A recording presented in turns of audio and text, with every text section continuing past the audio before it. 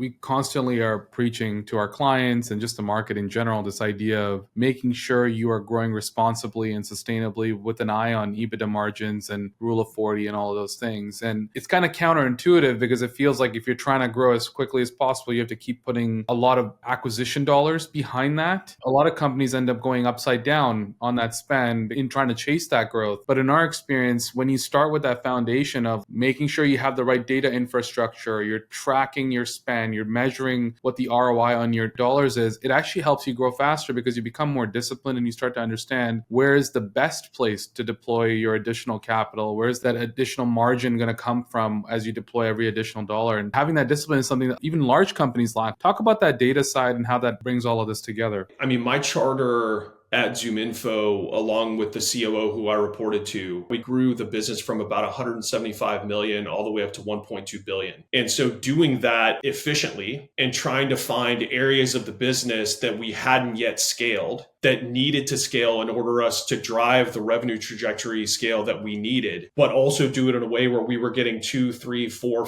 $5 back for every dollar that we spent. That was literally not my entire job, but it was a big portion of it, is trying to find little pockets of the business that were underdeveloped, where we were still getting really high return on investment that we could then go scale. And so we did that through, several different means, but a lot of it was just like trialing different things at a very low spend rate to understand what worked and what didn't, and then taking the things that did and scaling those. But it was also working really closely with our marketing partners who were doing a lot of investment on different channels, different products, keyword search, all over the digital landscape to understand, hey, where can we drive velocity? Where can we do that with high quality? And then how can I take the high quality and convert that at reasonable rates? And so we were looking at that, Shiv, on a daily basis, if not in some cases by the hour, to understand how our investments were playing out in real time.